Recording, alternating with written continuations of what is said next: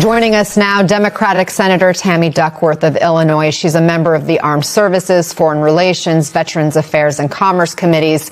She introduced the War Powers Resolution that didn't pass yesterday. Senator, thanks for taking the time. We are 48 days into this war. No change in the War Powers vote outcome. Are you surprised? All the polling shows this war is not popular with the American people. I am not at all surprised because, unfortunately, my Republican colleagues care more about what Trump thinks of them than they do about the well-being of the American people and what their own constituents believe and feel. And frankly, it's a number of days into the war, but it's also 13 servicemen and women who've laid down their lives and hundreds more who've been wounded, and tens of billions of U.S. dollars, taxpayer dollars spent on this war of choice. I want to get your thoughts on some comments the Joint Chiefs Chairman made at his briefing this morning. Watch. In addition to this blockade, the Joint Force, through operations and activities in other areas of responsibility, like the Pacific area of responsibility under the command of Admiral Paparo, will actively pursue any Iranian-flagged vessel or any vessel attempting to provide material support to Iran. General Kane there effectively saying the U.S. military will go after any vessel, no matter where they are, if they provide support to Iran. How are U.S. allies going to respond if potential operations happen in their waters? Well, they're appalled, first off, with us attacking Iran out of the blue. And by the way, many of the U.S. forces that are currently in the Middle East right now were diverted away from their regular duty stations in the Indo-Pacific. And so Admiral Paparo is already operating down quite a large number of the troops that should be under his command who've actually been diverted into the Middle East.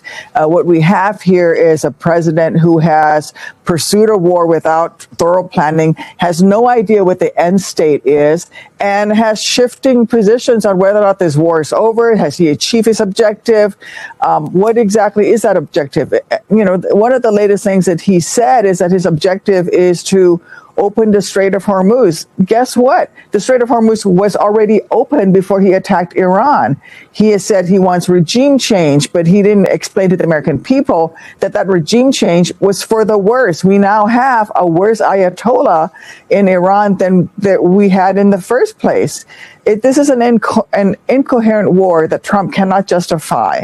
And again, it's killed 13 of our troops, put thousands of Americans in danger, sent costs to the roof here at home, and now is spreading around the world, even into the Indo-Pacific. And really, it's making our allies very, very nervous about what exactly is the U.S. intention here. The Republicans in the Senate still are backing the president in this effort. However, Republican Senator John Curtis of Utah did say earlier this month that he would not support ongoing military action beyond a 60-day window without congressional approval.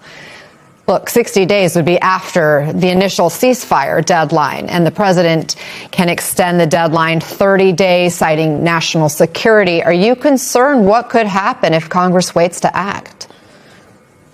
Well, we're going to continue to bring up the War Powers Resolution every week through that 60-day mark and through the 90-day mark if necessary. And we're going to force our Republican colleagues to vote on this over and over again. And maybe at some point they will remember their oath of office, which is to defend the Constitution of the United States and seize back our power that we have here in Congress over the decision to go to war.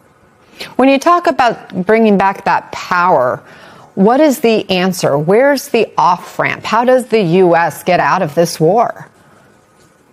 Well, that's for Donald Trump to answer, right? That's why we have the War Powers Resolution coming up for a vote, because what it does is it says he has to stop his actions in the Middle East, come to Congress in front of the American people, and explain why this war of choice is justified, and then also what the off-ramp is. And then we in Congress will have that debate. for the American people to see, and we would then have a vote. Right now, we have a rogue president who's declaring war and attacking other nations without the consent of Congress and without any plan for how what he's doing there. I mean, all he's done is put in an Ayatollah that's worse than the previous one, taught Iran that it can close the Straits of Hormuz and start forcing people to pay $1 million per ship that's going through the Middle East, raised prices for Americans. My farmers in Illinois, we're a farming state. This is planting season. My farmers have seen the cost of diesel fuel more than double. Their input costs have gone up by at least 30%. And the American people are going to be seeing those price increases well into the fall, well into harvest time, because it's going to take a long time for our economy to regain its footing after this action by the president. Senator, before we go, a social media account affiliated with the Army posted a message honoring your service. This was over the weekend. It drew outrage from the right. That post and eventually the whole account was taken down. And in response, an Army spokesperson told The Hill, quote, "When this legacy account came to Army leadership's attention, we realized it was not directly managed by qualified Army personnel and was taken offline, just like the hundreds of accounts before." What's your reaction to this? Yeah, I don't care if they're posting about me, but those hundreds of other accounts that the Trump administration have taken down include accounts that talked about the Tuskegee Airmen's heroic actions during World War II.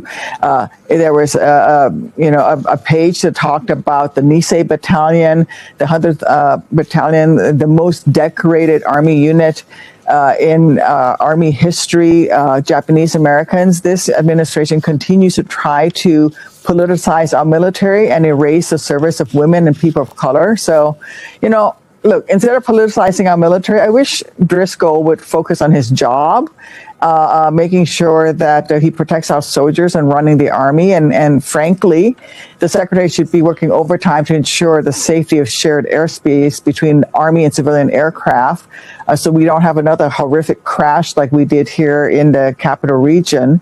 We need to be protecting our service members from being arbitrarily fired or denied promotions by Secretary Hegseth. That's what I want him to be focused on. But to have an account honoring me taken down, that just puts me in the company of the Tuskegee Airmen and the Nisei Battalion. That's pretty